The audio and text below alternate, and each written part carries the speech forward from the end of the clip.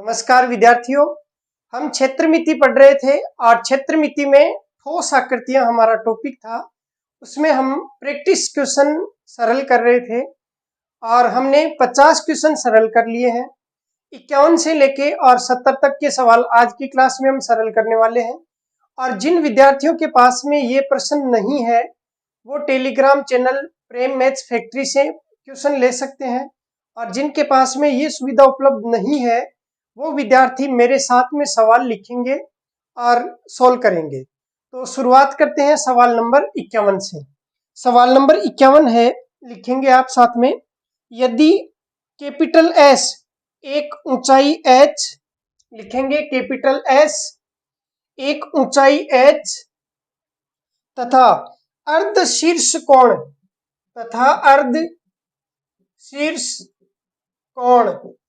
Alpha वाले लंबवर्तीय शंकु, लिखेंगे लंबवर्तीय शंकु का पृष्ठीय क्षेत्रफल निरूपित करता है, तो S बराबर होगा। आपको सवाल में दिया गया है कि ये जो S है सरफेस एरिया मतलब पृष्ठीय क्षेत्रफल, ये H ऊंचाई अर्थात इस शंकु की यहां से यहां तक की जो ऊंचाई है वो H है, और आधार की त्रिज्या R वाले शंकु के जिसका अर्ध शीर्ष कोण अर्थात ये वाला, देखो शीर्ष कोण तो होता है जो शीर वाला कोण होता है, ये अर्ध शीर्ष कोण का मतलब यहां से लेके यहां तक ये है अल्फा है। तो S का मान क्या होगा? तो हमें इस S का सरफेस एरिया का मान ज्ञात करना है। तो S का मतलब है सरफेस एरिया पृष्ठीय क्षेत्रफल, और शंकु का पृष्ठीय क्षेत्रफल का सूत्र होता है पाई आर एल। अब आपके पास में पाई का मान तो है, आर का मान हमें ज्ञात करना है, एल का मान हमें ज्ञात करना है, एच इस एच की टर्म्स में मतलब एच के पदों में। तो हम क्या करते हैं, यहां से लेके यहां तक वाला जो त्रिभुज बन रहा है इसको बाहर निकालते हैं। तो इस त्रिभुज को जैसे ही आप बाहर निकालेंगे एक समकोण त्रिभुज आपके पास में बन जाएगा। चलो थोड़ी सी त्रिकोणमिति हम यहाँ पे काम में लेते हैं। जैसे कोई समकोण त्रिभुज है और मैं इसको ABC लिखता हूं, A, B और C।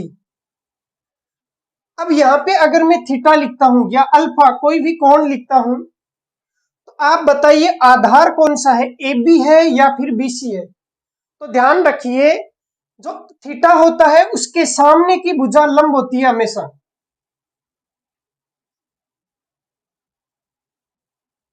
थीटा के सामने की भुजा हमेशा लंब होती है और 90 डिग्री के कोण के सामने की भुजा कर्ण होती है। और जिस भुजा पर थीटा कोण बना हुआ होता है वो भुजा आधार होती है, या कहें जो बच जाए वो भुजा आधार होती है। तो यहाँ पे आधार AB है ना कि BC होगा। ध्यान रखिए आधार वो नहीं है जो नीचे टिका हुआ है, आधार वो है जिस पर कोण बना हुआ है, और लंब वो नहीं है जो सामने की तरफ है ऊंचाई की साइड में है, नहीं, लंब वो भी हो सकता है जो नीचे हो। अर्थात अल्फा या थीटा कोण के सामने की भुजा होती है लंब, ध्यान रखेंगे, और जिस पर कोण बना हुआ है वो होता है आधार, और 90 डिग्री के कोण के सामने की भुजा होती है कर्ण। SSC में डायरेक्ट सवाल पूछा भी गया है इस प्रकार से, एक त्रिभुज ABC में अल्फा यहाँ पे कोण दिया हुआ है और पूछा गया था कि लंब कौन सा है, तो ध्यान रखिए लंब है वो BC होगा ना कि AB। विशेष ध्यान रखना आपको, डायरेक्ट सवाल भी पूछा गया है। अब त्रिकोणमिति में आप सब जानते हैं एक सीधा सीधा सूत्र होता है लाल बट्टा कक्का, जिसको अपन लालू काका के नाम से जानते हैं, लालू काका, लाल बट्टे कक्का। ठीक है, अब ये क्या होता है, देखो ये त्रिकोणमितीय जो अनुपात होते हैं sine theta, cos theta, tan theta, cot theta, sec theta और कोसेक थीटा, इनके अनुपात होते हैं। इनके अनुपात होते हैं। कैसे देखो, ऊपर से पढ़े तो पहले लिखा हुआ है साइन थीटा, क्रम से चलना है साइन कोस टेन फिर कोट सेक और कोसेक, ऐसे राउंड राउंड आपको चलना है। तो सबसे पहले देखें साइन थीटा, तो एल बट्टे के लंब बट्टे कर्ण होता है साइन थीटा, आधार बट्टे कर्ण होता है कोस थीटा, लंब बट्टे आधार होता है टेन थीटा। ये डिटेल से अपन पढ़ेंगे त्रिकोणमिति में। फिलहाल अपने सवाल पे वापस आते हैं। तो आपको दिया गया है अल्फा। अब आपको एक तो ये जो एल है इसका मान ज्ञात करना है और एक इस आर का मान ज्ञात करना है। तो हम एल क्या है, 90 डिग्री के सामने की भुजा, तो क्या हो जाएगा कर्ण, ये तो हो गया कर्ण। अल्फा के सामने की भुजा है इसलिए ये क्या हो जाएगा लंब, और ये बच गया वो क्या है आधार। अब देखो आपको एक तो एल का मान ज्ञात करना है, मतलब कर्ण का मान ज्ञात करना है। आपको दिया क्या गया है, ऊंचाई h दी गई है, तो ऊंचाई h दे रखी है सवाल में, कर्ण आपको ज्ञात करना है। तो ऊंचाई में और कर्ण में, मतलब ऊंचाई का मतलब हो गया आधार, यहाँ पे जो आधार है ये आधार में और कर्ण में संबंध कौन दर्शाता है, तो देखेंगे यहाँ से आधार और कर्ण में संबंध कौन दर्शाता है कोस थीटा। तो आप लिख सकते हैं कोस अल्फा बराबर आधार बट्टे कर्ण, आधार क्या है h बट्टे कर्ण क्या है l। यहां से पक्षांतरण करेंगे तो l इधर आएगा, तो l बराबर h और बट्टे में यह आएगा कोस थीटा या कोस अल्फा। अब आपको एक चीज और ध्यान रखनी है, कोस का उल्टा होता है सेक, यहां से साइन का उल्टा कोसेक, सेक का उल्टा कोस, कोस का उल्टा सेक, टेन का उल्टा कोट, कोट का उल्टा टेन। तो आप जब कोस को ऊपर ले जाएंगे तो कोस किस में बदलता है सेक में, सेक को ऊपर ले जाते हैं तो किस में बदलता है कॉस में। ये सारी चीजें आपको त्रिकोणमिति में मैं बहुत अच्छे तरीके से पढ़ाऊंगा। तो कोस को ऊपर लेके जाएंगे तो ये हो जाएगा h, तो ऐसा ही रहेगा, एक बट्टे कोस होता है सेक थीटा, तो ऊपर जाके हो जाएगा सेक थीटा। तो एल का मान तो आ गया h सेक थीटा। अब हमें दूसरा ज्ञात करना है आर का मान। तो आर क्या है लंब, क्या आपके पास में कौन सी चीज है आधार है, तो आधार में और लंब में संबंध कौन दर्शाता है, आधार में और लंब में टेन थीटा। टेन थीटा बराबर एल बट्टे ए लिख सकते हैं। तो यहां लिखता हूं टेन थीटा या टेन अल्फा बराबर एल बट्टे ए, लंब बट्टे आधार। तो टेन अल्फा बराबर लंब, लंब कौन सा है आर बट्टे ए, आधार क्या है एच, एच को इधर भेजेंगे तो आपके पास में मान आ जाएगा आर बराबर H tan alpha, H tan alpha. ये आ गया दूसरा मान। अब आपको ज्ञात करना है सरफेस एरिया, सरफेस एरिया है पाई आर एल, तो मान रखेंगे पाई, आर का मान रखेंगे एच टेन अल्फा और एल का मान रखेंगे एच सेक अल्फा। थीटा की जगह यहाँ पे क्या है अल्फा है, इस कारण से हम भी क्या लिखेंगे अल्फा। तो एच सेक अल्फा, एच और एच गुणा होके एच स्क्वायर हो जाएगा, तो pi H square tan alpha sec alpha. ये हो गया आपका उत्तर। एस का मान आपके पास में आ चुका है, एस बराबर pi H square tan alpha sec alpha. बहुत ही इजी सवाल है, लेकिन इसमें त्रिकोणमिति थोड़ी बीच में आ गई, इसलिए जो फर्स्ट ग्रेड वाले हैं वो ये ना सोचें कि ये टफ सवाल है, इजी है। आपके डायरेक्ट त्रिकोणमिति है नहीं, इस कारण से आपको थोड़ा टफ लग सकता है। बाकी एसएससी वाले हैं उनके लिए बहुत ही नॉर्मल सवाल है। अगला देखते हैं सवाल नंबर 52। लिखेंगे एक धातु की आयताकार चादर 40 सेमी गुणा 15 सेमी है। एक धातु की आयताकार चादर 40 सेमी गुणा 15 सेमी है, चारों कोनों से 4 सेमी बुझा के समान वर्ग काटे गए, चारों भुजा से 4 सेमी बुझा के, चारों कोनों से 4 सेमी बुझा के समान वर्ग काटे गए, शेष चादर को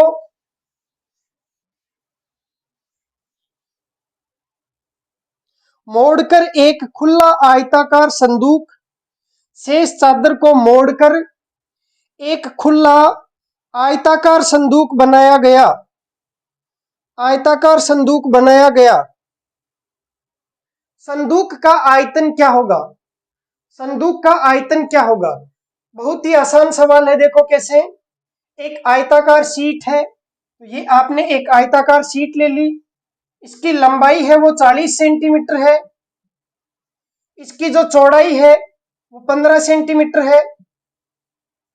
अब आपको चारों कोनों से 4 सेंटीमीटर भुजा के वर्ग है वो काट देने हैं। तो चारों कोनों से 4 सेंटीमीटर भुजा के वर्ग हम काट देते हैं। तो यहां से 4 सेंटीमीटर और यहां से 4 सेंटीमीटर, यहां से एक वर्ग है, इसको काट दिया, इसको अलग कर दिया। ये लो, आपके पास में आयताकार शीट ऐसे हो गई। ऐसे ही यहां से एक वर्ग काटेंगे 4 सेंटीमीटर भुजा का, आयताकार शीट कुछ ऐसी हो जाएगी, इसको काट ही देंगे, हटा देंगे। ऐसे ही यहां से काटेंगे, ऐसे ही यहां से काटेंगे। जब इसको मोड़ेंगे तो देखो कैसे मोड़ना है।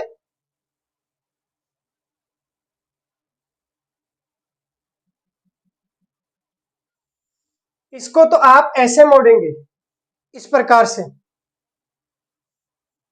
और इसको ऐसे मोड़ेंगे, इसको ऐसे मोड़ेंगे और नीचे वाली को ऐसे मोड़ेंगे। तो जैसी माचिस की डिब्बी होती है, माचिस के डिब्बी की जो अंदर वाला पार्ट होता है, अंदर वाला हिस्सा होता है, वैसा खुला संदूक बन जाएगा। और वो जो खुला संदूक होगा वो घनाभ आकार का हो जाएगा। देखो ऐसे,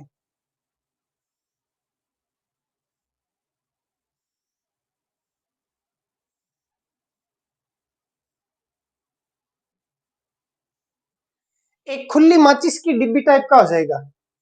अब इसकी लंबाई कितनी बचेगी? तो देखो टोटल 40 थी यहां से यहां तक, इसमें से 4 तो ये कम हो गई, 4 ये कम हो गई, तो 8 कम हो गई। 40 में से 8 गई तो कितनी बची? 32। लंबाई है 32। इसकी चौड़ाई कितनी बची? 15 में से 4 ये गई और 4 ये गई, तो 8 चली गई। 15 में से 8 गई तो कितनी बची? 7 सेंटीमीटर लंबाई बच गई। और ऊंचाई कितनी होगी ये जरा आप बताइए। तो आपने इसको ही तो मोड़ा है ऐसे, मतलब यहां से यहां तक 4 सेंटीमीटर है, उसको ही तो ऊपर की तरफ मोड़ा है, तो ऊंचाई कितनी होगी? यहां वाली जो है वही ऊंचाई हो गई, अर्थात 4 सेंटीमीटर हो गई इसकी ऊंचाई। ये लो, आयतन ज्ञात करना है तो होता है लंबाई गुणा चौड़ाई गुणा ऊंचाई। 32 गुणा 7 गुणा 4, जो भी आएगा सेंटीमीटर क्यूब में आ जाएगा आंसर। अगला सवाल देखते हैं, सवाल नंबर 53। लिखेंगे, किसी धातु के एक ठोस बेलन के आधार का, किसी धातु के एक ठोस बेलन के आधार का अर्धव्यास तथा इसकी ऊंचाई, अर्धव्यास तथा उसकी ऊंचाई क्रमशः 8 सेमी तथा 6 सेमी है। देखो अर्धव्यास तो है 8 सेंटीमीटर और ऊंचाई है वो 6 सेंटीमीटर, मतलब त्रिज्या तो r है और ऊंचाई है 6 सेंटीमीटर। इसे पिघलाकर उतने ही आधार के अर्धव्यास वाला एक ठोस शंकु, एक ठोस शंकु बनाया जाता है, एक ठोस शंकु बनाया जाता है। तो शंकु की ऊंचाई ज्ञात करें, तो शंकु की ऊंचाई ज्ञात करें। बहुत ही आसान सवाल है, देखो कैसे होगा। इसने कहा किसी धातु के एक ठोस बेलन के आधार का अर्धव्यास, तो ये ठोस बेलन आपको लेना है, इसका अर्धव्यास का मतलब होता है त्रिज्या, ये तो है r, ऊंचाई जो है वो 6 सेंटीमीटर है, और इसी को पिघलाकर एक शंकु बनाना है। और वो जो शंकु होगा उसके आधार का जो अर्धव्यास है वो इतना ही है, मतलब r ही है। इसकी ऊंचाई हमें ज्ञात करनी है, मतलब ये आप ऊंचाई है इसको ज्ञात करना है। तो इसी से ये बनाया, इसका मतलब दोनों का आयतन समान हो जाएगा। बेलन का आयतन होता है पाई r स्क्वायर h और शंकु का आयतन होता है 1/3 पाई r स्क्वायर h। ठीक, तो मान रख देंगे पाई से पाई तो वैसे ही कटना है, आर स्क्वायर, यहाँ आर का मान आर ही है तो आपको आर ही लेना है, तो आप आर ही लिखेंगे, आर स्क्वायर। एच का मान कितना है, 6 है, तो आप 6 लिखेंगे बराबर 1/3 आर स्क्वायर। यहाँ पे भी त्रिज्या कितनी आर ही है तो आप आर स्क्वायर लिखेंगे। एच आपको ज्ञात करना है तो एच, इसको एच का ऐसा लिख देंगे। आर स्क्वायर से आर स्क्वायर कट गया, क्यों, क्योंकि दोनों में त्रिज्याएं है वो बराबर है, इस कारण से आर स्क्वायर से आर स्क्वायर कट गया। ये जो 3 है वो पक्षांतरण होगा तो 6 गुणा 3 हो जाएगा 18 बराबर एच, तो ऊंचाई आ जाएगी 18 सेंटीमीटर। अगर ये 6 सेंटीमीटर है तो ये आ गई 18 सेंटीमीटर। अगर ये 6 इकाई होता ये तो होता 18 इकाई। सवाल नंबर देखते हैं 54, लिखेंगे 6 सेंटीमीटर व्यास की धातु, 6 सेंटीमीटर व्यास की धातु की एक ठोस गोलाकार गेंद को पिघलाकर, 6 सेंटीमीटर व्यास की धातु की एक ठोस गोलाकार गेंद को पिघलाकर एक शंकु के रूप में, जिसके आधार का व्यास 12 सेमी है, जिसके आधार का व्यास 12 सेमी है, ढाला जाता है, तो शंकु की ऊंचाई ज्ञात कीजिए। बहुत ही सवाल इजी है। कैसे, आपके पास में एक गेंद है, गेंद का व्यास है 6 सेंटीमीटर तो त्रिज्या हो जाएगी 3 सेंटीमीटर। इसी को पिघलाकर एक शंकु बनाना है, ये बना दिया शंकु।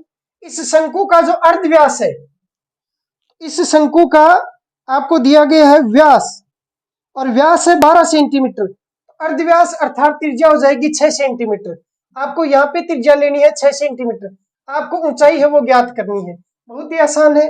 गोले का आयतन बराबर शंकु का आयतन, क्योंकि गोले से ही आप क्या बना रहे हैं, शंकु बना रहे हैं, तो गोले का आयतन होता है 4/3 पाई आर क्यूब, और बराबर इसका आयतन हो जाएगा 1/3 पाई आर स्क्वायर एच।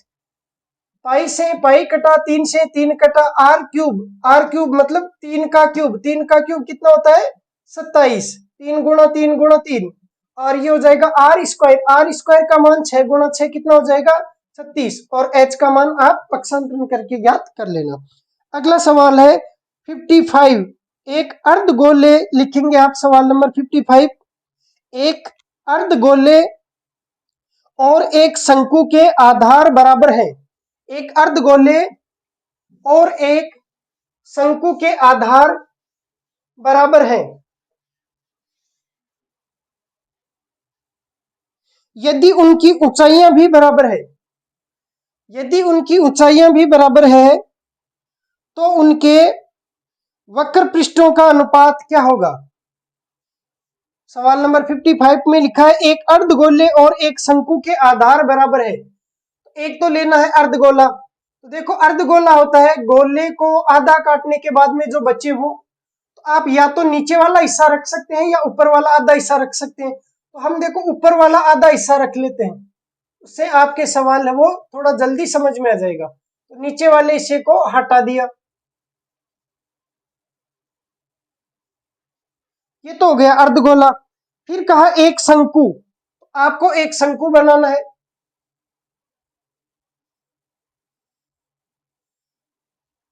के आधार बराबर है। आधार बराबर होने का मतलब ये नीचे वाला हिस्सा है वो बराबर है, अर्थात दोनों की त्रिज्याएं सेम है, क्योंकि अर्धगोले का आधार भी वर्ताकार होता है, शंकु का आधार भी वर्ताकार होता है, तो आर आर दोनों बराबर है। फिर कहा यदि उनकी ऊंचाइयां भी बराबर है। अब बताइए अर्धगोले की ऊंचाई कितनी होगी। तो ऊंचाई हो गई यहां से लेके ऊपर तक, यहां तक की ये। तो आप जानते हैं किसी वर्त में अगर बिल्कुल बीच से यहां तक जाए तो भी त्रिज्या, बिल्कुल बीच से यहां तक जाए तो भी त्रिज्या, कहीं पर भी जाए तो भी क्या होती है, त्रिज्या ही होती है। तो इस बिल्कुल बीच वाले बिंदु से ऊंचाई नापनी है तो यहां तक की ऊंचाई जो है वो कितनी हो जाएगी, त्रिज्या के बराबर अर्थात आर हो जाएगी। तो इसने कहा जितना ऊंचा अर्धगोला उतना ऊंचा शंकु, तो शंकु की ऊंचाई भी कितनी हो गई, आर हो गई। अब आपको पूछा गया है उनके वक्र पृष्ठों का अनुपात क्या होगा? उनके वक्र पृष्ठों का अनुपात। तो अर्धगोले का वक्र पृष्ठ क्या होता है? देखो, अर्धगोले में दो चीजें होती है, एक तो संपूर्ण पृष्ठीय क्षेत्रफल और एक होता है वक्र पृष्ठीय क्षेत्रफल। तो वक्र पृष्ठीय क्षेत्रफल का मतलब होता है केवल घुमावदार हिस्सा, तो ये होता है 2πr²। शंकु का वक्र पृष्ठ का क्षेत्रफल होता है पाई, आर और एल। अब यहाँ पे एल का मान आपको पता नहीं है तो आप ज्ञात कर सकते हैं, ये भी आर, ये भी आर, तो ये हो जाएगा √2r। कैसे होगा? पाइथागोरस प्रमेय से ज्ञात कर लीजिए। कर्ण स्क्वायर बराबर आधार स्क्वायर प्लस लंब स्क्वायर से, तो ये कर्ण मान लीजिए एल था, तो एल स्क्वायर बराबर आधार का स्क्वायर प्लस लंब का स्क्वायर, आर स्क्वायर हो गए 2r², तो एल बराबर हो जाएगा √2r²। 2 का रूट निकलेगा नहीं तो √2, और r² का रूट निकल जाएगा तो r, तो हो गया √2r। वैसे भी आज के बाद में अगर आप एसएससी की एग्जाम दे रहे हैं तो ध्यान रखिएगा, अगर दो भुजाएं समान है, ये वाली और ये वाली, तो कर्ण इन दोनों का √2 गुना होता है, अर्थात ये एक तो ये √2। अगर मैं इसको 3 लिखूं तो ये √2 गुना, अर्थात √2 गुणा 3 मतलब 3√2। अगर इसको मैं 10 लिखूं तो इसका मान हो जाएगा √2 गुणा किसका? 10 का, तो 10√2। आपको ध्यान रखना है, हाइट एंड डिस्टेंस जब हम पढ़ेंगे, जहाँ पे उन्नयन कोण अवनमन कोण पढ़ेंगे त्रिकोणमिति में, तो आपको कुछ चीजें डायरेक्टली ध्यान रखनी होती है कि जब आधार और लंब बराबर हो तो जो कर्ण होता है वो √2 गुणा होता है, ठीक, तो उससे आपका टाइम बच जाएगा। तो यहाँ पे दोनों बराबर है तो ये हो जाएगा √2 गुणा, अर्थात √2r, r का √2 गुणा। अब मान रख दीजिए, अनुपात पूछा है तो अनुपात लगा दिया, पाई से पाई कटी जाएगा, ये हो गया 2r², तो इसको तो ऐसा ही रखना होगा अनुपात r। एल का मान क्या हो जाएगा? √2 गुणा r, तो √2 गुणा r, r गुणा r, r² से ये r² कट गया, यहाँ पे बचा 2:√2। लेकिन ऑप्शन में आपको ऐसा नहीं मिलेगा, ऑप्शन में इसको और भी ज्यादा सरल करेगा। तो किसी भी पूरी संख्या को, जैसे 3 है तो उसको आप 2 बार रूट में लिख सकते हैं, √3 गुणा √3। 5 है तो इसको 2 बार रूट में लिख सकते हैं, √5 गुणा √5। किसी भी संख्या को, जैसे 4 है तो आपको √4 गुणा √4 लिख सकते हैं। सरल किया तो √4 का मान 2 गुणा √4 का मान 2, 2 गुणा 2 वापिस क्या आ गया? 4। तो कोई भी संख्या पूरी है तो उसको दो बार रूट में लिखा जा सकता है। इस 2 को लिख सकते हैं √2 गुणा √2 अनुपात √2। √2 से √2 कट गया कितनी बार? एक बार, तो उत्तर आ गया √2 अनुपात 1, और ये आपको ऑप्शन में मिल जाएगा। तो नोट कर लीजिए, अच्छा सवाल है, फर्स्ट ग्रेड वालों के ऐसे सवाल ही पूछे जाते हैं।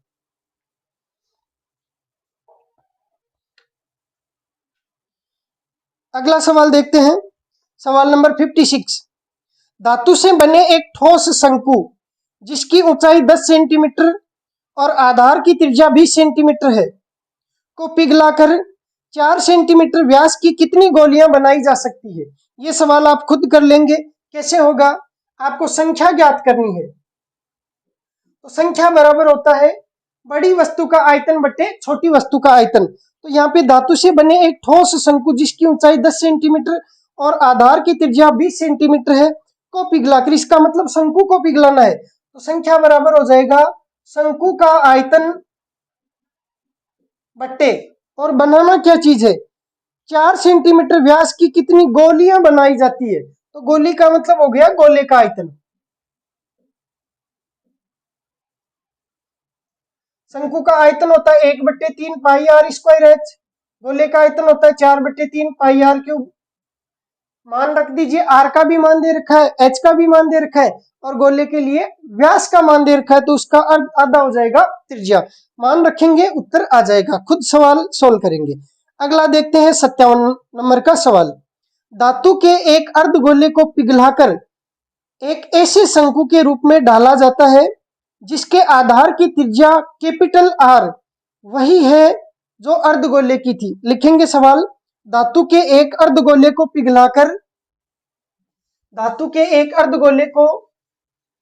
पिघलाकर एक ऐसे शंकु के रूप में ढाला जाता है, एक ऐसे शंकु के रूप में ढाला जाता है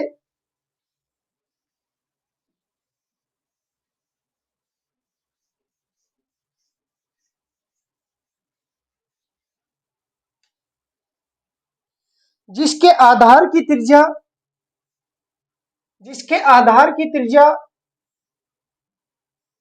कैपिटल आर वही है जो अर्धगोले की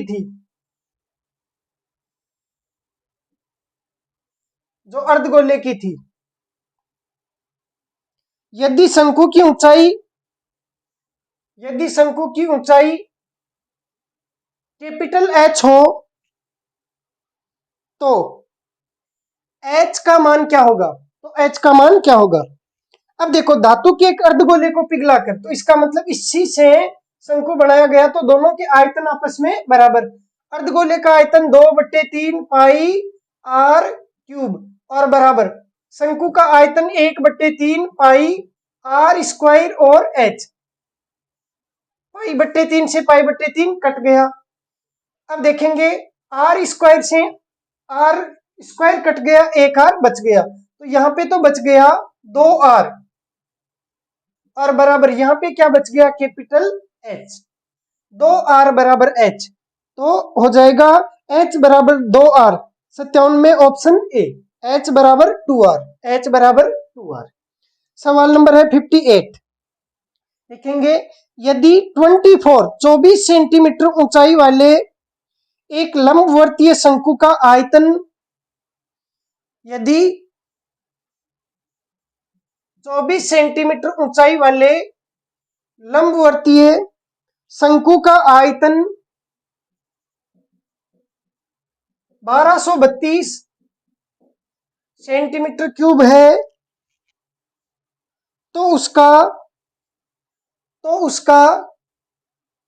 वक्र पृष्ठीय क्षेत्रफल क्या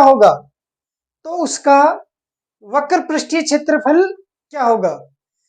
अब आपको दिया गया है ये वाला सवाल में कि ऊंचाई 24 सेंटीमीटर है, आयतन 1232 सेंटीमीटर क्यूब है, तो वक्र पृष्ठ पूछा है, मतलब पाई आर एल का मान पूछा है। तो एल आपके पास में नहीं है, तो आपको एल का मान ज्ञात करना होगा। तो कैसे ज्ञात करेंगे? देखो, हम सबसे पहले आयतन दिया गया है, तो आयतन का मान रख देंगे 1/3 पाई आर स्क्वायर एच होता है आयतन का मान, और ये दे रखा है 1232, मान रखेंगे 1/3 पाई का मान आपको 22/7 लेना है, आर स्क्वायर आर ज्ञात करनी है, एच ऊंचाई कितनी है 24 है, बराबर 1232 है।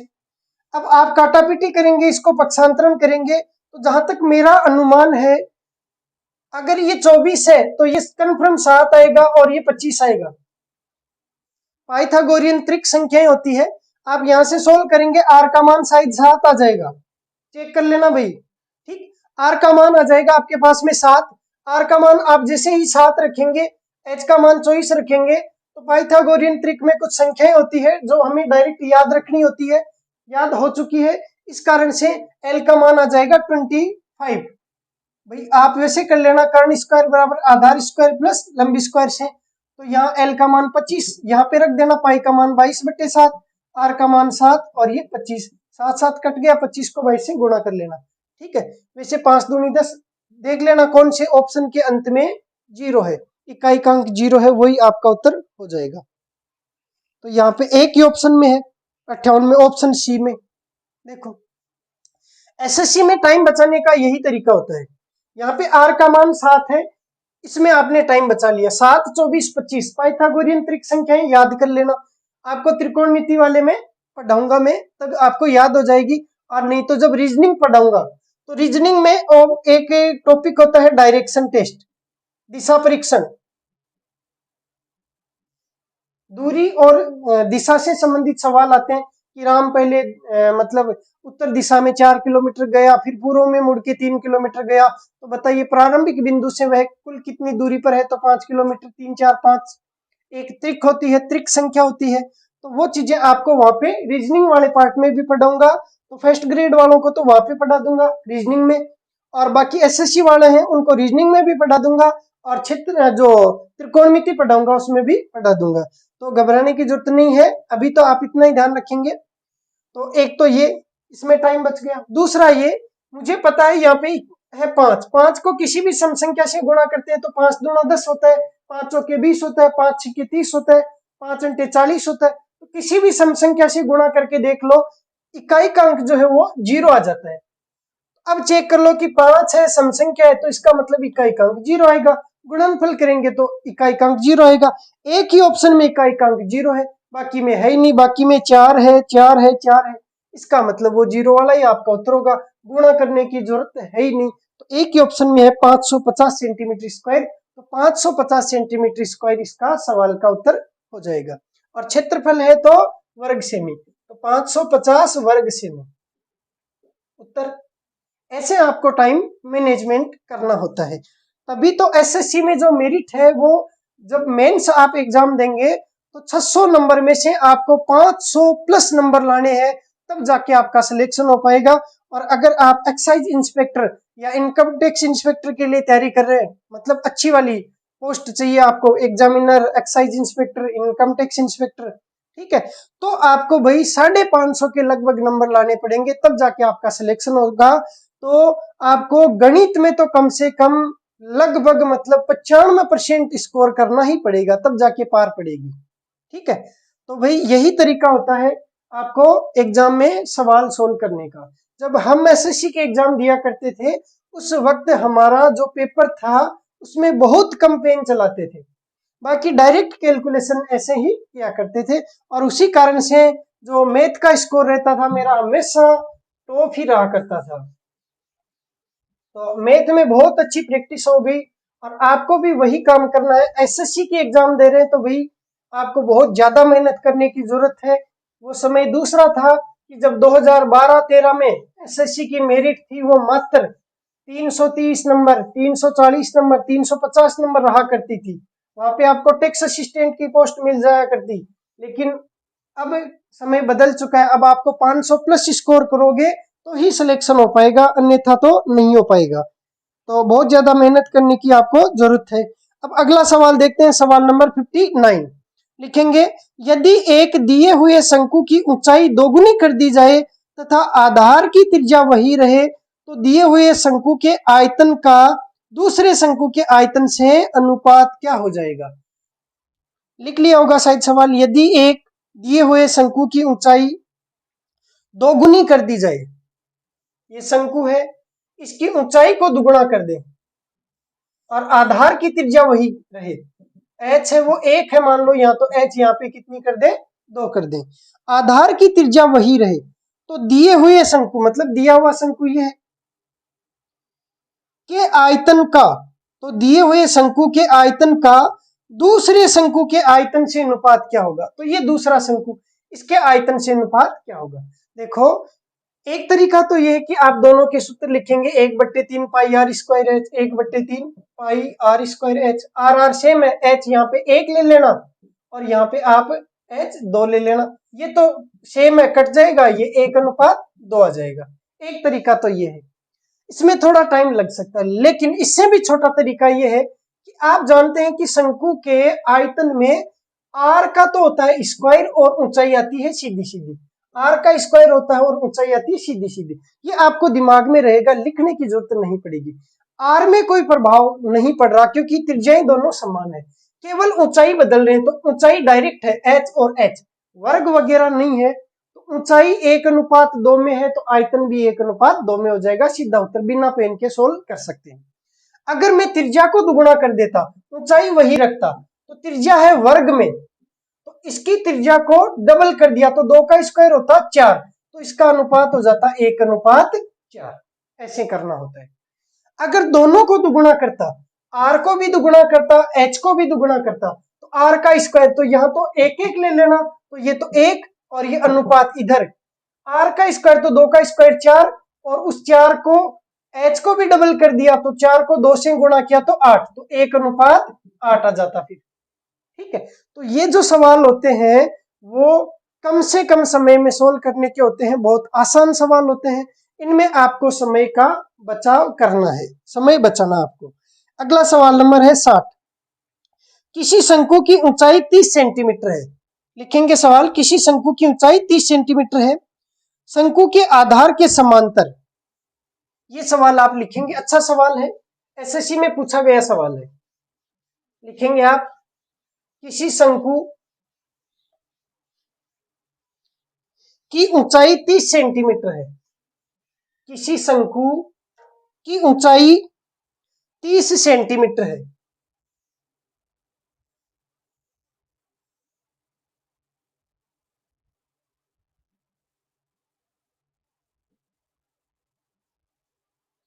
फिर आगे लिखेंगे, शंकु के आधार के समांतर एक समतल द्वारा शंकु के ऊपरी भाग से एक छोटा शंकु काटा गया है, एक छोटा शंकु काटा गया है। यदि इसका आयतन शंकु के आयतन का 1/27, यदि इसका आयतन शंकु के आयतन का 1/27 हो तो आधार से कितनी ऊंचाई पर, तो आधार से कितनी ऊंचाई पर शंकु को काटा गया। देखो सवाल समझेंगे, सवाल में कहा गया कि एक शंकु है जिसकी ऊंचाई 30 सेंटीमीटर है, इसके आधार के समांतर कोई समतल है, उससे इसको काटा गया, और ऊपर ऊपर से एक शंकु है उसको काट के अलग कर दिया गया। तो ये जो था, इससे आपने ऊपर ऊपर से काट लिया। तो शंकु से जब भी हम कहीं से भी आधार के समतल कोई कट लगाते हैं, जो ऊपर वाला पार्ट होता है वो भी एक शंकु ही होता है, और जो नीचे पार्ट बचता है वो एक छिन्नक होता है। ठीक, नीचे वाले के बारे में हमें नहीं पढ़ना। इसने कहा ऊपर से काटा तो ऊपर से काट लिया, और ये जो प्राप्त शंकु है इसका आयतन इस वाले का 1/27 है। तो 1/27 का मतलब होता है 27 में से 1, अर्थात ये अगर 27 का था तो ये कितने का है, 1 का है। बहुत ही आसान है। अगर ये 27 किलो का है तो ये 1 किलो का है, अगर ये 27 ग्राम का है तो ये 1 ग्राम का है, अगर ये 27 लीटर का है तो ये भी 1 लीटर का है। अर्थात इसका आयतन 27 है तो इसका आयतन 1 है। 1/27 का मतलब 27 में से 1, अर्थात ये टोटल 27 था, इसमें से आपने 1 है वो लिया है। तो ये तो पूरा तो है 27, ये है 1, बचे हुए का पूछे तो ये बचा हुआ है 26, और ये ऊपर वाला 1, लेकिन टोटल का है तो टोटल तो 27, ऊपर वाला हो गया 1।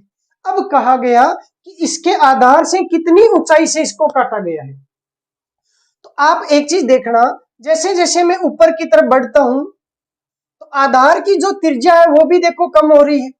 यहाँ पे त्रिज्या है वो ज्यादा थी, यहाँ पे त्रिज्या कम होगी। जैसे जैसे ऊपर जाता हूं तो ऊंचाई भी कम हो रही है, दोनों चीजें कम हो रही है। तो इसका आयतन होता है वो 1/3 पाई, इसको कैपिटल आर से लिखूं तो आर स्क्वायर, और टोटल ऊंचाई एच से लिखूं तो एच। इसका आयतन होता है 1/3, इसको छोटे आर से लिखूं तो पाई आर स्क्वायर और स्मॉल एच।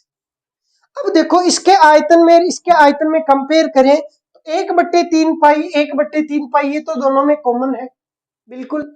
यहाँ पे आर स्क्वायर और एच गुणा हो रहा है, मतलब आर जैसे सेंटीमीटर में हो तो सेंटीमीटर स्क्वायर गुणा सेंटीमीटर मतलब सेंटीमीटर क्यूब, और ये भी सेंटीमीटर स्क्वायर गुणा एच, सेंटीमीटर तो सेंटीमीटर स्क्वायर गुणा सेंटीमीटर हो गया सेंटीमीटर क्यूब।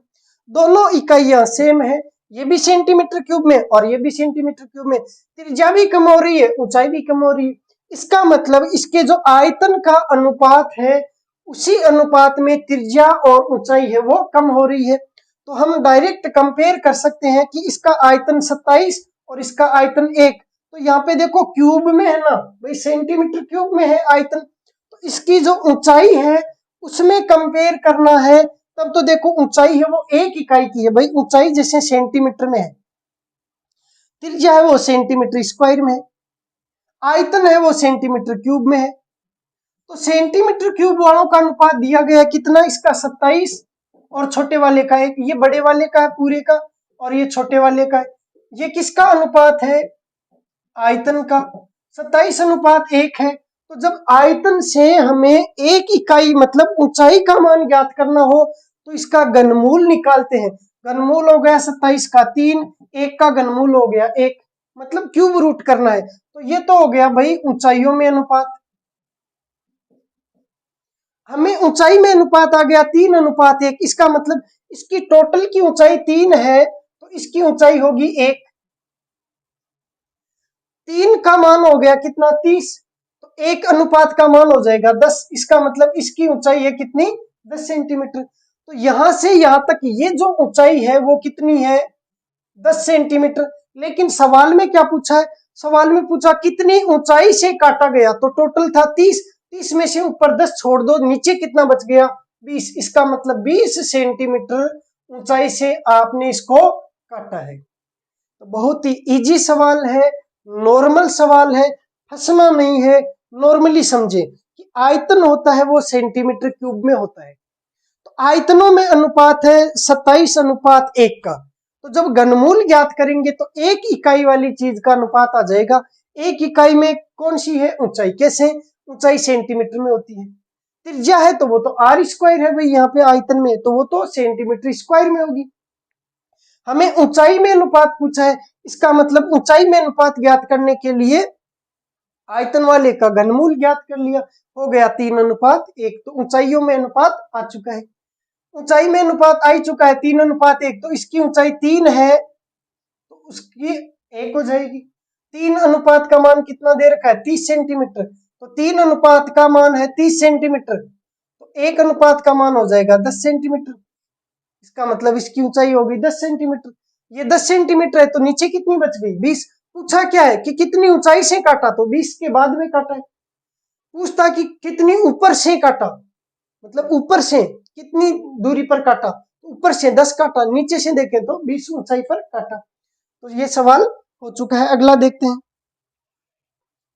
सवाल नंबर 61।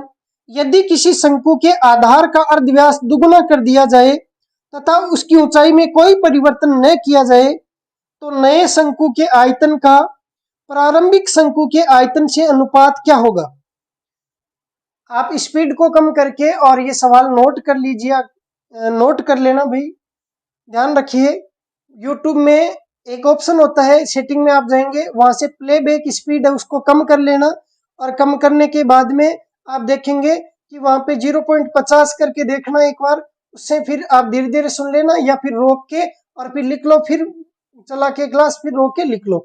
आप ये सवाल साथ में नोट कर लिया करो, और जिनके पास में सवाल है या जो टेलीग्राम चलाते हैं वो सवाल का प्रिंट आउट ले लो, और या फिर प्रिंट आउट की व्यवस्था नहीं है और केवल टेलीग्राम चलाते हैं तो वहां से सवाल देख लो और उसके बाद में आप क्लास लेते रहो, ठीक। तो सवाल नंबर 61 है, किसी शंकु के आधार का अर्धव्यास दुगुना कर दिया जाए, मतलब त्रिज्या को दुगुना करना है। अर्धव्यास का मतलब ये त्रिज्या, तो यहाँ पे त्रिज्या को दुगुना करना है। तो फिर पूछा गया है कि नए शंकु के आयतन का प्रारंभिक शंकु के आयतन से अनुपात क्या होगा।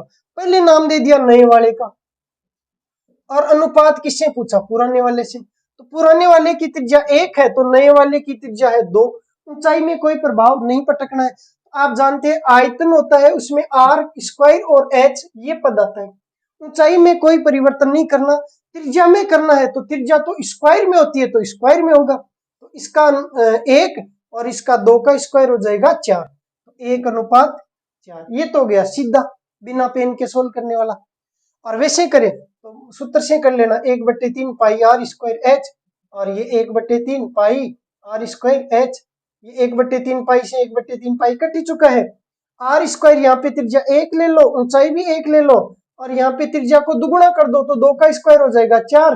ऊंचाई यहाँ 1 ली तो यहाँ पे भी 1 ले लो, ये 1 गुणा 1 है, ये 4 गुणा 1 है, तो ये 1 गुणा 1 1:4 गुणा 1 4, 1:4। ये कौन सा था? पुराना, और ये कौन सा था? नया। लेकिन हमें सवाल में उल्टा पूछ लिया, हमें पूछ लिया कि नए जो शंकु है उसका पुराने वाले से अनुपात क्या है। तो पहले जिसका नाम आया उसका अनुपात भी पहले आएगा। एसएससी में एक सवाल तो ऐसे गलत हो जाता है कि आप ध्यान नहीं देते कि नए वाले का पहले एक पुराने वाले का पहले, तो जिसका पहले नाम उसका अनुपात भी पहले आएगा। नए वाले का पहले है तो नए वाले का पहले लेना है, पुराने वाले का है तो पुराने वाले का। तो यहाँ पे ध्यान रखना, मैंने भी देखो उल्टा लिख दिया है। नए वाले का कितना होगा? 4, तो नए वाले का कितना लिखूंगा? 4। पुराने वाले का कितना होगा? 1। तो ध्यान रखना, बढ़ाने के बाद में 4 नया बढ़ा है, इसका मतलब बढ़ा हुआ अनुपात आएगा नए वाले का। तो उत्तर आएगा 4:1, 1:4 नहीं आएगा। ये चीज आपको विशेष ध्यान रखनी है। अगला सवाल देखते हैं, सवाल नंबर 62।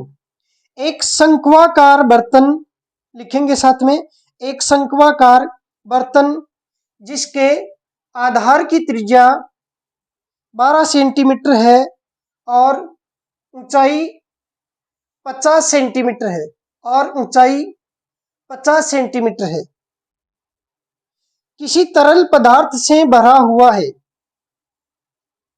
किसी तरल पदार्थ से भरा हुआ है। इस तरह है, पदार्थ को एक बेलनाकार बर्तन में जिसके अंदर का अर्धव्यास 10 सेंटीमीटर है में उलट दिया जाता है। बेलनाकार बर्तन में तरल पदार्थ की ऊंचाई क्या होगी? बहुत ईजी है, शंकु से बेलन।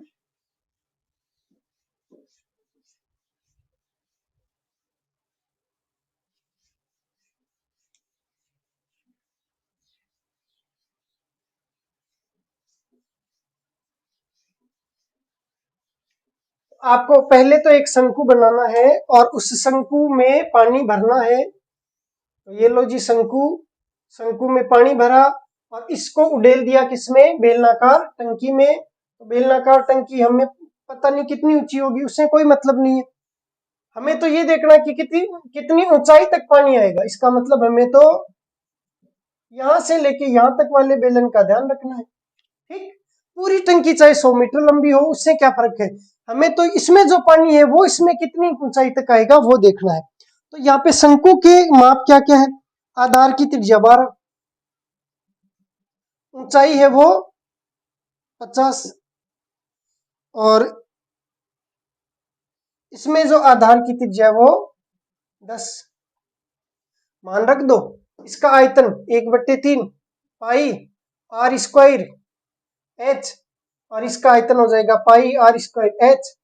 एच का मान ज्ञात करना है, इस एच का मान 50 रख देना, आर स्क्वायर का मान 12 के हिसाब से रख देना, और दोनों बराबर हो जाएंगे, उत्तर आ जाएगा। इतना ही सोल्व करेंगे, बाकी खुद करना भाई, कैलकुलेशन है। सवाल नंबर 63 लिखेंगे आप, इसका 62वें का उत्तर आ जाएगा 24 सेंटीमीटर आ जाएगा। जिनके पास में सवाल नहीं है वो लिख लेना, ऊंचाई क्या हो जाएगी इसकी? 24 आ जाएगा उत्तर। ठीक, फिर अगला है सवाल नंबर 63वां। एक तांबे के तार जिसकी लंबाई 36 मीटर तथा व्यास 2 मिमी है, 2 mm, मिलीमीटर, मिमी लिखेंगे सवाल। एक तांबे के तार जिसकी लंबाई 36 मीटर, इसका मतलब तांबे का तार है तो देखो तार भी होता है वो बेलनाकार होता है भाई, वो गोल गोल तार होता है और वो भी तो एक बेलनाकार आकृति है। इसकी लंबाई बहुत ज्यादा होती है, लंबाई तो है 36 मीटर, तथा व्यास जो है वो, व्यास का मतलब होता है त्रिज्या का दुगुना, ये वाला। इसको थोड़ा जूम कर दिया तो यहां से यहां तक है 2 mm, इसका मतलब त्रिज्या कितनी हो जाएगी? 1 mm। अब पहले तो ये कि 1 mm क्या होता है, तो ध्यान रखेंगे 10 mm बराबर 1 सेंटीमीटर होता है। तो इसका पक्षांतरण करेंगे 10 का इधर, तो यहाँ पे देखो 1 mm बराबर 1/10 सेंटीमीटर हो जाएगा। कैसे हुआ समझाते हैं। देखो गणित बहुत आसान है, पढ़ाने वाला बस मेरे जैसा होना चाहिए, अच्छे से समझ में आ जाएगी। 10 को आप 1 × 10 लिख सकते हैं क्या? लिख सकते हैं, कोई प्रभाव नहीं पड़ेगा। mm बराबर 1 सेंटीमीटर। इस 10 को भेज दो तो यहाँ 1 mm बच जाएगा, बराबर 1। 10 को इधर भेजेंगे तो इधर गुणा हो रखा है, इधर आके भाग लग जाएगा, एक तरीका। दूसरा तरीका दे रखा है 10 mm बराबर 1 सेंटीमीटर। गणित में हम बराबर के दोनों साइड में समान संख्या का भाग दे सकते हैं, समान संख्या से गुणा कर सकते हैं। दोनों तरफ दे दो 10 का भाग, इधर भी 10 mm में 10 का भाग दे दो, इधर भी 1 में 10 का भाग दे दो। 10 से 10 कट गया, कितनी बार कटा? एक बार। या 10 में 10 का भाग कितनी बार गया? एक बार। तो 1 mm बराबर 1/10 सेंटीमीटर। 1 mm का मतलब हो गया 1/10 सेंटीमीटर। ये लो जी, ये भी सेंटीमीटर में, ये 36 मीटर है, इसको आप चाहें तो सेंटीमीटर में बदल सकते हैं। 1 मीटर में 100 सेंटीमीटर, तो 36 मीटर में 36 गुणा 100, 3600 सेंटीमीटर हो जाएगा। अब आगे सवाल कहा गया है, एक तांबे के तार जिसकी लंबाई 36 मीटर तथा व्यास 2 mm मिलीमीटर है को पिघलाकर एक गोला बनाया गया। गोले का अर्धव्यास मतलब त्रिज्या कितनी होगी? तो ये लो, तार से क्या बनाया? गोला। दोनों का आयतन कर दो बराबर, तार कैसा है? बेलनाकार। बेलन का आयतन होता है पाई r स्क्वायर h। गोले का आयतन होता है 4/3 पाई r क्यूब। इस r का मान ज्ञात करना है। यहाँ पाई का मान, पाई से पाई कट ही जाएगा, और r स्क्वायर का मान, तो r का मान 1/10 रख देना। h ऊंचाई कितनी है इसकी? लंबाई के बराबर 3600 सेंटीमीटर रख देना, और r क्यूब का मान आ जाएगा, उसका घनमूल निकालेंगे तो r का मान आ जाएगा। खुद सवाल सोल्व करेंगे, और 63 में आएगा ऑप्शन बी मतलब 3। r का मान आएगा 3, r के क्यूब का मान 27 आ जाएगा, काटा पीटी करेंगे तो लिख लो r का मान आ जाएगा 3 सेंटीमीटर। सवाल नंबर 64 लिखेंगे। 64 नंबर सवाल, 3 डेसीमीटर अर्धव्यास वाले एक ठोस, लिखेंगे आप 3 डेसीमीटर अर्धव्यास वाले एक ठोस धातु के गोले को पिघलाकर 1 मिलीमीटर मतलब 1 mm मोटाई की वर्ताकार शीट बनाई गई। 1 mm मोटाई की वर्ताकार शीट बनाई गई है। इस प्रकार बनाई गई शीट का व्यास क्या होगा? तो देखो, डेसीमीटर, 1 डेसीमीटर बराबर, तो डेसी कल मैंने बताया था कल वाली क्लास में, डेसी का मतलब होता है 10। 1 डेसीमीटर बराबर होता है 10 सेंटीमीटर। तो इसने कहा 3 डेसीमीटर, इसका मतलब 30 सेंटीमीटर। ये तो हो गया अर्धव्यास मतलब त्रिज्या वाले ठोस धातु के गोले को पिघलाकर, इसका मतलब गोले की त्रिज्या तो है 30 सेंटीमीटर। तो आयतन हो जाएगा 4/3 पाई r क्यूब मतलब 30 गुणा 30 गुणा 30। इसको पिघलाना, इसका मतलब इसके आयतन के बराबर ही आपको एक 1 मिलीमीटर मोटाई की वर्ताकार शीट बनानी है।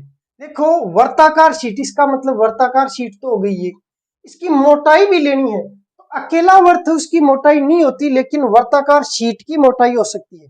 जैसे मेरे पास में ये एक वर्ताकार शीट है, इसकी मोटाई है, देखो, तो ये क्या हो गया? बेलन हो गया। तो सामने से देखें तो वर्ताकार शीट है, अगर इसकी मोटाई नहीं होती तो ये नॉर्मल वर्त होता, लेकिन इसकी मोटाई हो जाती है तो ये वर्त क्या बन जाता है?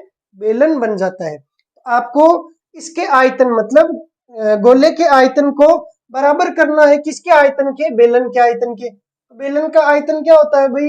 पाई r स्क्वायर h। मान रख देना, उत्तर आ जाएगा। तो इसमें पूछा गया है बनाई गई शीट का व्यास क्या होगा? तो पहले तो r का मान आएगा, r का दुगुना करेंगे तो व्यास आएगा। तो इसमें 64 में आएगा आपके 12 मीटर, व्यास आएगा इसका 12 मीटर। ठीक है, 12 मीटर इसका व्यास आएगा। अगला सवाल लिखेंगे, सवाल नंबर 65, बहुत इजी सवाल है। दो गोलों के पृष्ठीय क्षेत्रफल 4:9 4:9 के अनुपात में है, उनके आयतनों का अनुपात क्या होगा? बहुत ही आसान है, फिर भी बताना पड़ेगा। दो गोले हैं, वैसे करें तो 2 और 3 तो हो जाएगा। त्रिज्याओं का अनुपात, आयतन का पूछा है तो 2 का क्यूब 8, 3 का क्यूब 27, 8 अनुपात 27 बिना पेन के उत्तर। आगे बढ़ो, अगला सवाल देखो। लेकिन कुछ स्टूडेंट ऐसे भी होते हैं जो बेचारे गणित में पहले से कमजोर थे, लेकिन मेरी क्लास पढ़ने के बाद में उनको भी गणित आ जाएगी। बहुत सारे स्टूडेंट ऐसे हैं मेरे पास में पढ़े हुए जिनको गणित बिल्कुल नहीं आती थी, लेकिन आज वो अच्छी अच्छी पोस्टों पे गवर्नमेंट जॉब में लगे हुए हैं। और उसका कारण क्या रहा कि उन्होंने बस लगन से मेरी क्लासें ली। एक बार क्लास ले लीजिए, उसके बाद में तो चस्का लग जाता है और अपने आप सारी चीजें समझ में आ जाती है। अब इसने कहा भाई कि 2 गोले हैं, तो ये गोला और ये गोला, इनके पृष्ठीय क्षेत्रफलों के अनुपात है वो 4:9 है, 4:9। तो आप जानते हैं कि पृष्ठीय क्षेत्रफल है तो क्षेत्रफल की इकाई क्या होती है, स्क्वायर होती है। तो किसी संख्या का स्क्वायर करने से 4:9 आया है, इसका मतलब वो संख्याएं क्या थी, 2:3। तो त्रिज्या का अनुपात आ गया 2:3। आयतन का पूछे तो आयतन में r क्यूब आता है, तो 2 का क्यूब 8, 3 का क्यूब 9। ये तो हो गया सीधा तरीका। बेसिक से करें तो पृष्ठीय क्षेत्रफल होता है गोले का कितना, 4 पाई r स्क्वायर। इसकी त्रिज्या r1 मान लो, इसकी त्रिज्या r2 मान लो, ठीक। तो r1 स्क्वायर, और अनुपात को आप बट्टे में लिख सकते हैं, तो 4 पाई r2 स्क्वायर। इसका अनुपात 4:9, तो इसको बट्टे में लिखेंगे 4/9। 4 पाई से 4 पाई कट ही जाएगा, r1 स्क्वायर बट्टे r2 स्क्वायर बराबर 4/9। तो r1 बट्टे r2 बराबर, तो रूट निकाल देंगे, ये कट जाएंगे और इसका रूट हो जाएगा 2/3। तो ये तो हो गया भाई r1 और r2 में अनुपात 2/3, मतलब 2:3। तो r1 अनुपात r2 हो गया 2:3। अब आपको पूछा है आयतन। आयतन होता है गोले का 4/3 पाई r क्यूब, पहले का r1 क्यूब और दूसरे का r2 क्यूब। 4/3 पाई से 4/3 पाई कटेगा, r1 क्यूब अनुपात r2 क्यूब ज्ञात करना है। r1 का मान कितना, 2, तो 2 का क्यूब कितना, 8, r2 का क्यूब तो 3 का क्यूब कितना, 27, 8:27। यहाँ मैंने गलती कर दी, देखो 9 लिख दिया गलती से, इसका क्यूब करना है भाई, क्यूब करेंगे तो 8:27 हो जाएगा, ठीक है, सुधार लेंगे इसको। क्षेत्रफल है तो क्षेत्रफल का रूट करेंगे तो त्रिज्या का मान आ जाएगा। क्षेत्रफल का रूट किया, 4 का रूट 2, 9 का रूट 3, त्रिज्या का क्यूब करेंगे तो आयतन आ जाएगा। डायरेक्ट देखो, ध्यान रखो, लास्ट बार बता रहा हूं, त्रिज्या होती है सेंटीमीटर में, इसलिए त्रिज्या का मान पूछे, व्यास का मान पूछे, ऊंचाई का मान पूछे, परिमाप का मान पूछे, अर्थात ऐसी चीजें जिनकी इकाई सेंटीमीटर में होती है, तो आपको नॉर्मल संख्याएं रखनी है। क्षेत्रफल पूछे तो वर्ग कर दो, आयतन पूछे तो क्यूब कर दो। अगर आयतन दिया गया है उससे त्रिज्या निकालनी है तो घनमूल कर दो, त्रिज्या आ जाएगी, फिर त्रिज्या से वर्ग कर दोगे तो क्षेत्रफल आ जाएगा। आपको यहाँ पे दिया गया है क्षेत्रफल 4:9, इसका मतलब वर्ग का मान दिया गया है, रूट करेंगे तो त्रिज्या का मान आ जाएगा 2 और 3, घन करेंगे तो आयतन का मान आ जाएगा, 2 का क्यूब 8, 3 का क्यूब 27, ठीक है। तो यहाँ पे आ जाएगा 8:27। अगला सवाल देखते हैं, सवाल नंबर 66। एक गोले का पृष्ठ 64 पाई सेंटीमीटर स्क्वायर है, इसका व्यास क्या होगा। तो गोले का पृष्ठ है, पृष्ठ का मतलब पृष्ठीय क्षेत्रफल कितना होता है, 4 पाई r स्क्वायर, इसका मान कितना, 64 पाई, और इसने क्या दे रखा है, सेंटीमीटर स्क्वायर। ये लो जी, तो पाई से पाई कटा, 4 से कट गया, कितनी बार, 16 बार, r स्क्वायर का मान 16, तो r का मान कितना, 4। पूछा है इसका व्यास कितना होगा, तो 8 हो जाएगा उत्तर। अगला सवाल 67, दो गोलों के अर्धव्यास, अर्धव्यास का मतलब होता है त्रिज्या का अनुपात है 3:2, तो इनके आयतनों का अनुपात क्या हो जाएगा, आयतन ज्ञात करना तो क्यूब कर दो, 3 का क्यूब 27, 2 का क्यूब 8 उत्तर। अगला सवाल, यदि किसी गोले के आयतन और पृष्ठीय क्षेत्रफल संख्यात्मक रूप से समान है, लिखेंगे सवाल, अच्छा सवाल है 68। यदि किसी गोले के आयतन और पृष्ठीय क्षेत्रफल संख्यात्मक रूप से समान है तो उसका अर्धव्यास होगा, ऑप्शन ए में 1 इकाई, ऑप्शन बी में 2 इकाई, ऑप्शन सी में 3 इकाई, ऑप्शन डी में 4 इकाई। तो आयतन और पृष्ठीय क्षेत्रफल समान दे रखे हैं, तो गोले का आयतन होता है 4/3 पाई आर क्यूब। ये किसके बराबर दे रखा है? पृष्ठीय क्षेत्रफल के, तो 4 पाई आर स्क्वायर के। 4 से 4 कटा, पाई से पाई कटा, आर क्यूब और ये आर स्क्वायर हो गया, तो आर स्क्वायर से आर क्यूब कट गया एक बार, तो आर का मान 3 को इधर भेजेंगे तो आर का मान आ जाएगा 3, आर का मान आ गया 3। अब क्या पूछा गया है? अर्धव्यास पूछा है। अर्धव्यास का मतलब क्या होता है? त्रिज्या, त्रिज्या ही पूछी, आ गई यार, 3 इकाई आ जाएगा। सवाल नंबर 69, व्यास 6 सेमी वाली 2 लोहे की गोलियां एक 6 सेमी अर्धव्यास वाले बेलनाकार बर्तन में डाले गए पानी में डुबाई जाती है। बर्तन में पानी का तल कितना ऊपर उठेगा? बहुत अच्छा सवाल है, बार बार एसएससी में ये सवाल पूछे गए हैं। तो लिखेंगे व्यास 6 सेंटीमीटर, व्यास 6 सेंटीमीटर वाली 2 लोहे की गोलियां, इसका मतलब 2 लोहे की गोली लेनी है, मतलब 2 गोले लेने हैं। व्यास 6, इसका मतलब त्रिज्या कितनी? 3, त्रिज्या कितनी? 3 लेनी है। इन्हें डुबा देना है किसमें? बेलनाकार बर्तन में, इसका मतलब ये कोई टंकी थी, इसमें डुबो दिया। ये पहला गोला यहाँ पे आ गया, दूसरा गोला यहाँ पे आ गया। अब मान लो डुबोने से पहले पानी यहाँ तक था, मान लो इनको नहीं डुबोया तो पानी था यहाँ तक। जैसे ही आप इसके अंदर डुबोएंगे तो कितना पानी ऊपर आएगा, ये बता दो आप। तो मान लो आप किसी तालाब के अंदर नहाने के लिए प्रवेश करते हैं, वैसे नहीं करना है, बिल्कुल नहीं करना है, डूब जाएंगे भाई, ठीक है, कभी मत करना ऐसा, ठीक। तो आप मान लो किसी जलाशय में जो नॉर्मल बना हुआ है, पानी का छोटी टंकी टाइप की बनी हुई है, घुटनों तक की पानी है, उसमें बैठते हैं तो कितना पानी ऊपर आता है? उतना ही पानी ऊपर आता है जितना आपके अंदर, मतलब जितना आपका आयतन है, जितनी जगह आपने घेर रखी है उतना पानी बाहर आता है। जैसे हम एक प्रैक्टिकल करते हैं, एक गिलास लेते हैं और उस गिलास को उल्टा करके किसी बर्तन में डुबोते हैं जिसमें पानी था। सीधा करोगे तो वो भरा जाएगा, लेकिन उल्टा करके डुबोते हैं तो जितना गिलास है उतना को उतना पानी ऊपर उठ जाएगा। तो यहाँ पे जितने गोले हैं तो गोले का जितना आयतन है उतना पानी ऊपर उठ जाएगा। अब कितना पानी ऊपर उठा, हमें मतलब है यहां से लेके यहां तक वाले में। तो ये जो आयतन बढ़ा, मतलब इस बेलन का आयतन बढ़ा यहां से लेके यहां तक, ये किसके बराबर है? 2 गोलों के आयतन के बराबर है। बेलन के आयतन का हमें इस नीचे वाले से कोई मतलब नहीं है, हमें केवल कितने से मतलब है? जितनी ऊंचाई में वृद्धि हुई है उतने आयतन से मतलब है।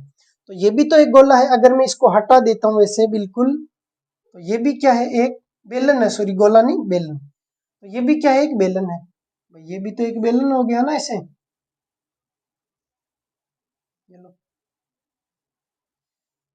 इस बेलन का आयतन कितना होगा? दोनों गोलों के बराबर होगा। गोले का आयतन होता है 4/3 पाई आर क्यूब, मतलब 3 का क्यूब 27, प्लस जोड़ेंगे 4/3 पाई आर क्यूब मतलब 27, 27 गुणा 4, 27 गुणा 4 या 3 से काट लो ना, 9 बार कट गया, 3 से काटो ना, 9 बार कट गया, 9 चौके 36 पाई, और 36 पाई कितने हो गए?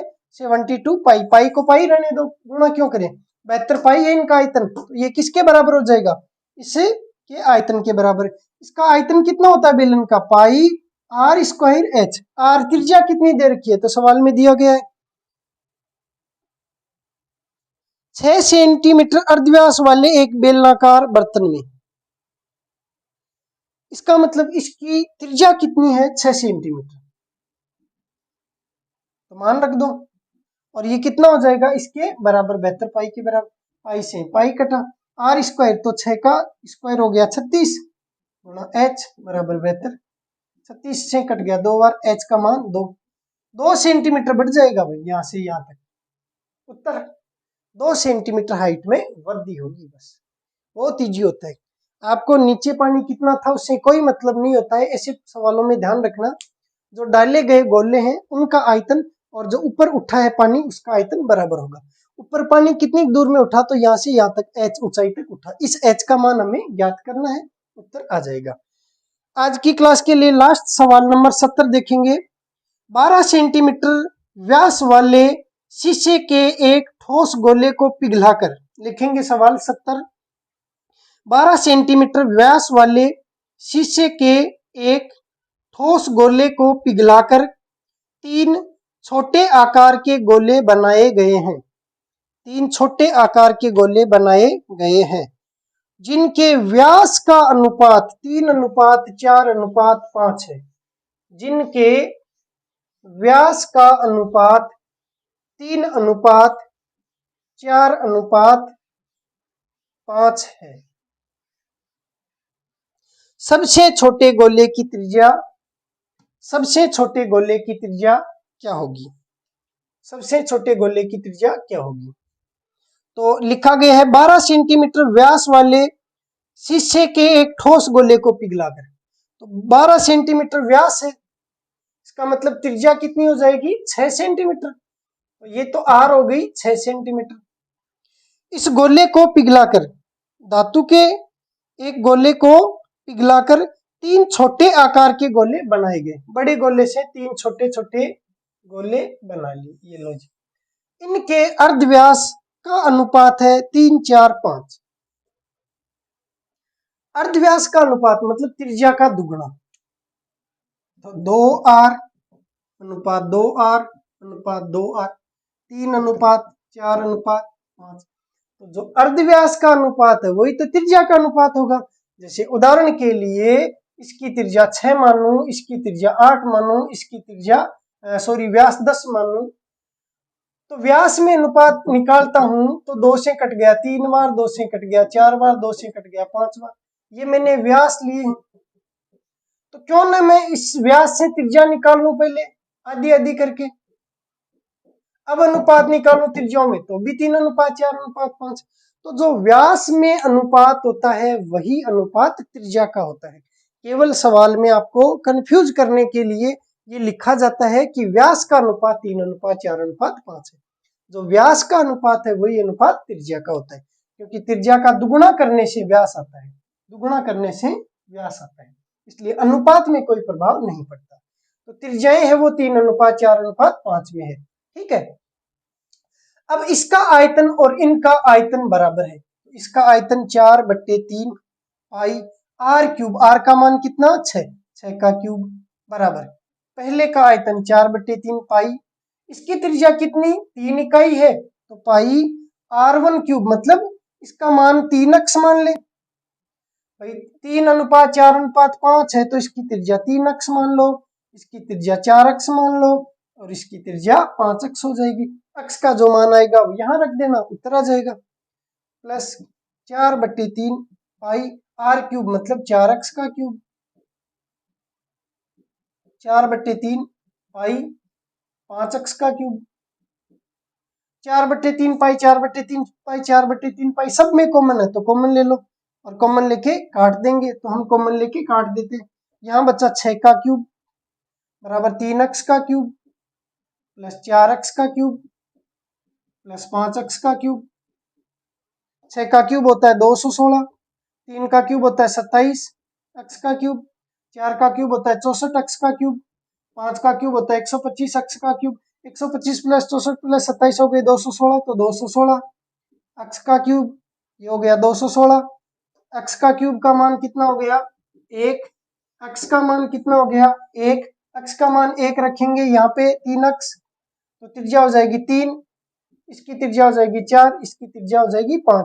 पूछा है सबसे छोटे गोले की त्रिज्या तो कितनी होगी? 3 सेंटीमीटर। अब इसको डायरेक्ट सवाल सोल्व करने का तरीका एसएससी वालों के लिए बताता हूँ, याद कर लेना। 3 का क्यूब प्लस 4 का क्यूब प्लस 5 का क्यूब बराबर होता है 6 का क्यूब। ये ट्रिक होती है भाई, 3 का क्यूब प्लस 4 का क्यूब प्लस 5 का क्यूब बराबर होता है 6 का क्यूब, और सवाल में यही आता है अनुपात हमेशा 3, 4, 5। तो बड़े वाले की हो जाएगी 6, बड़े वाले की 6 दे रखी, इसका मतलब इसकी 3 है, इसकी 4 है और इसकी 5 है। रामबाण तरीका है, याद रख लेना। इसमें ऐसे सवाल है वो बार बार एसएससी में आते हैं। अगली बार क्या दे देगा, 3 4 5 की जगह इसका तिगुना कर देगा 9 सेंटीमीटर, 4 का तिगुना कर देगा 12 सेंटीमीटर, इसका 5 का कर देगा 15। कहेगा कि 3 गोले जिनकी त्रिज्याएं क्रमशः 9 सेंटीमीटर, 12 सेंटीमीटर, 15 सेंटीमीटर को पिघला कर एक नया गोला बनाया गया, बनने वाले नए गोले की त्रिज्या क्या होगी? तो 3 4 और 5 अनुपात में है तो ये 6 में हो जाएगी। तो 3 का तिगुना है 9, तो 6 का तिगुना हो जाएगा 18, तो बनने वाले गोले की त्रिज्या हो जाएगी 18। ऐसे सवालों को सोल्व करना होता है। धन्यवाद। आगे पढ़ेंगे अगली क्लास में, तब तक